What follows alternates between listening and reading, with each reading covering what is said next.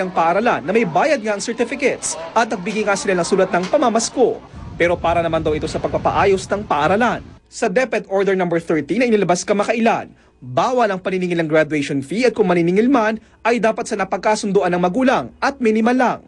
Sinabi rin ng DepEd na mag-uniform na lang imbes na toga para menos gastos at hindi raw dapat teacher ang naghahawak ng pera.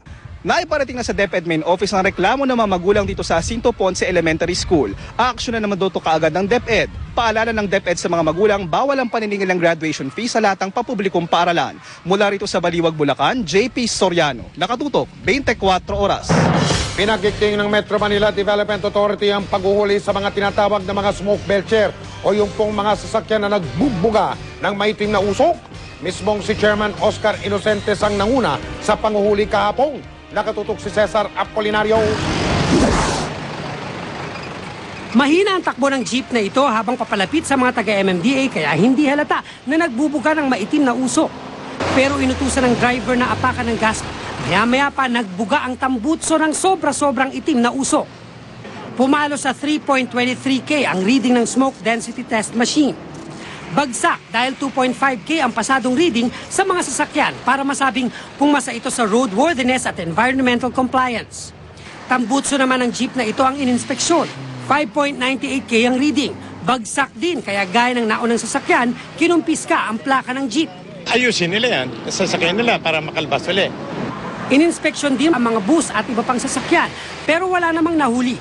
Pasado ang mga ito. Sa unang offense, 1,000 piso ang multa. 3,000 piso naman sa pangalawang offense at 5,000 piso sa pangatlo. Kailangan nilang ayusin na ang sasakyan para makuha ang plaka at mapayagang makapagbiyahe muli. Wala raw sasantuhin ng ahensya dahil kahit mga sasakyan ng gobyerno o ng kahit sinong politiko basta nagbubuga ng maitim na usok, pagmumultahin. Para magkaroon tayo ng cleaner and greener Metro Manila. Kasi in preparation for the official launching of Metro Green. Cesar Apolinario, Nakatutok, 24 oras. Dumami ang mga tinamaan ng diarrhea sa lalawigan ng Ifugao. Ang mga health worker doon, inalerto na para hindi na madagdagan pa mga nabibiktima. Nakatutok si Ian Cruz, exclusive. Ang 1 taong gulang na si Baby Justin ang pinakahuling na-admit sa Ifugao General Hospital dahil sa diarrhea. Yung first, sir, sumuka siya. Tapos, natutulog naman. Tapos, mga alas 9 ng gabi, magdudumi na siya. May diarrhea rin ang 2 taong gulang na si Sydney. Yung dating iniinom niya kasi, boiled. Siyempre, yun ang akala kong causes ng diarrhea. Ngayong buwan, 47 na ang na-admit na diarrhea case sa ospital. Karamihan, edad 12 anyos pababa. Marami pa raw ang tinamaan ng sakit, pero sa bahay nila nagpagaling. Ayon sa Provincial Health Office, wala pang diarrhea outbreak, pero kapansin-pansin daw talaga ang sobrang taas ng kaso ngayon kumpara sa parehong panahon noong 2009. Kapag summer, uso naman daw talaga ang diarrhea. Pag mainit kasi, mabilis mapanis ang pagkain. Isa ring pwedeng panggalingan ng sakit kung kontaminado ang tubig. Hirap sa tubig ang mga taga rito dahil halos sinuyunan ng El Nino ang mga natural na pinagkukunan ng tubig. Ngayon na kulang ang tubig, El Nino, people have to tend to do something for their survival. So mag-i-imbak tayo ng tubig, we'll have to go to look for water. Unfortunately, in the process, yung pag-i-imbak mo, yung water source, medyo contaminated. Inalerto na ng mga otoridad ang lahat ng rural health units para di na dumami pa ang kaso ng diarrhea. Pati ang mga rural sanitary inspector, pinaikot na sa buong probinsya para alamin kung maayos pa ang mga pinagkukunan ng tubig. Dapat daw kasing malinisan ang mga water source. Pwede rin lagyan ng chlorine ng tubig para patayin ang mga mikrobyo. Mula rito sa Ifugao, Ian Cruz, Nakatutok, 24 oras.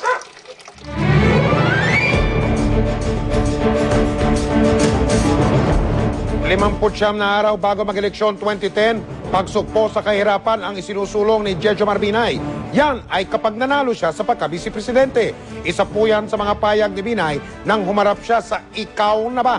The Vice Presidential Interview ng lahat ng super radyo sa buong Pilipinas. Sinagot din niya ang tanong tungkol sa political dynasty. Nakatutok si Ivan Mayrina. Ang tinatanong sa akin, ang mga tinanong sa akin, yan ako'y magkandidato mayor. Ang karanasan at kakayahan bilang 6th-term mayor ng Makati, ang alas daw ni Jejomar Binay sa pagtakbong vice-presidente. Sa pagharap niya kay Mike Enriquez sa Ikaw Na Ba, the Vice Presidential Interview sa Super Radio DZBB, inamin ni Binay na inalok siya ni Senador Noynoy Aquino na maging bahagi ng senatorial slate ng Liberal Party, pero tumanggi raw siya. Sa palagay ko, mas malaki ang magagawa ko para sa bansa kung ako ay nandun sa Executive Department. Nikuli niya yung paggawa ng batas eh. Tataan din ni Binay si dating Pangulong Joseph Estrada at gate niya, sila raw ang tunay na oposisyon. Marami raw ang mga nagkukunwaring oposisyon, tulad na lamang ng napapabalitang sekretong kandidato umano ni Pangulong Arroyo na si Senador Manny Villar. Dati nang itinanggi ni Villar ito. Bakit naman boss hindi nyo tinutulig sa administrasyon? Bakit napakalabnaw ho yata ng dating natin, hindi tahas ang sinasabi yung kung nandyan naman ng ebidensya, di dapat ho yan magkaroon ng manghabla. Hindi ho nagsasalita yan. Tulad ng kanyang running mate na si Erap, pirming pangatlo sa mga survey si Binay sa mga vice presidentiables. Kasunod din na Senador Mar Rojas at Loren Legarda. Hindi rin nababahala dito si Binay dahil pwede raw magkamali ang mga survey.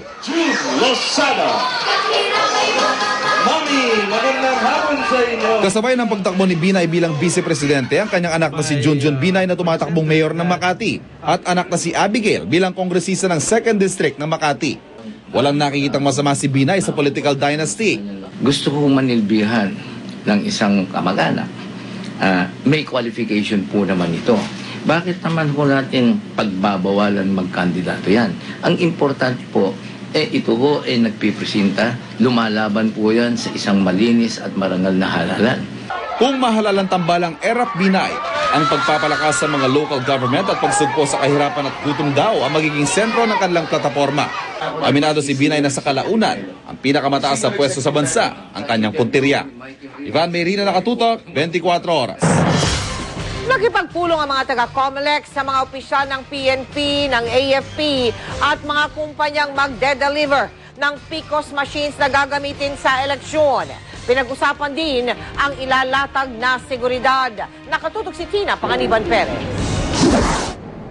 Kahit automated na ang eleksyon sa Mayo, di pa rin mawawala ang mga eksenang ganito, lalo na sa delivery ng mga PCOS machines sa ilang presinto. Sa Tapas Aklan halimbawa, 32 sapa ang tatawirin ng mga taga-Argo International Forwarder. Mag-aarkila ka talaga ng mga lansya. Pag may mga kabayo, we have to rent the kabayo.